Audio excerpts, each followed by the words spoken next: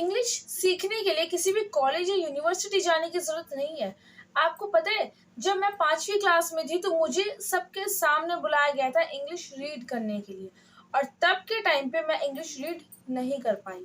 और जब मुझे रियलाइज़ हुआ कि इंग्लिश बोलना और पढ़ पाना कितना ज़्यादा ज़रूरी होता है, तब के टाइम पे इंग्लिश स्पीकिंग का इतना ज़्यादा कुछ बोलबाला नहीं था, पर आज के टाइम पे इंग्लिश बोलना बहुत ही ज़्यादा ज़रूरी है। और तब मैंने जाना इंग्लिश का इम्पोर्टेंस। जब मैंने डिसाइड किया कि अब मैं इंग्लिश बोलना सीखूंगी, पर कैसे, क्योंकि उस टाइम पर इंग्लिश स्पीकिंग इतने सारे कोर्सेज नहीं थे और ना ही यूट्यूब सोशल मीडिया इतना ज़्यादा वेल डेवलप्ड था। पर आज के टाइम पे इंग्लिश सीखना बहुत ही ज़्यादा ज़रूरी हो गया है। पर फिर भी हमारे मन में बहुत सारे क्वेश्चंस आते हैं कि कैसे करें कैसे ना। तो आज से हम शुरू करने जा रहे हैं अपनी become English speaking champion series, जिसमें आपको 1 बाय 1 डे बाय डे आपको पता चलेगा कि इंग्लिश सीखना कैसे। So hello everyone, my name is Divyanshi Prajapati and I am going to start this become English champion series which is going to help you a lot in learning English. And with me you can learn English fluently, because I am going to start from basics.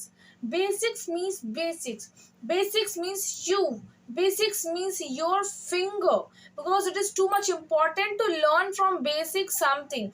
It will become too much easy for you to understand each and everything.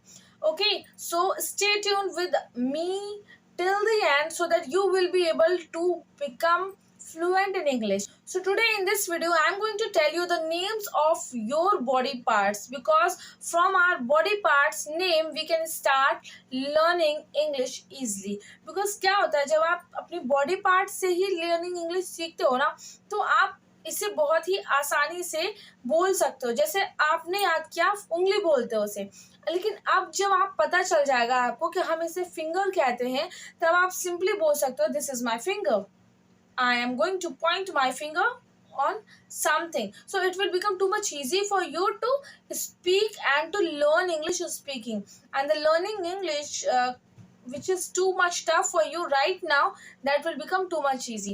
So without wasting our time, let's start our video. So we will start from the top and we will end at the bottom. So stay tuned with us till the end. Okay, so this is head, जिसे हम सिर कहते हैं. This is hair, जिसे हम बाल कहते हैं. And now we will learn the vocabulary of face. Forehead, जिसे हम माथा कहते हैं. Then eyebrows, जिसे हम भौवें कहते हैं. Then eyes, then nose, then lips, mouth, chin, cheek. ये सब फेस में उसके बाद आता है ईयर, जिन्हें हम कान कहते हैं. उसके बाद आता है गला, जिसे हम नेक कहते हैं. शोल्डर, जिन्हें हम कंधे कहते हैं. उसके बाद आता है चेस्ट, जिसे हम छाती कहते हैं. और उसके बाद आता है हैंड्स की वोकैबुलरीज में हमारा आता है एल्बो, जिसे हम कोहनी कहते हैं. पाम, जिसे हम हथेली कहते हैं. देन फिंगर्स, थंब, जिसे हम अंगूठा कहते हैं. और उसके बाद आता है नेल्स, जिसे नाखून कहते हैं.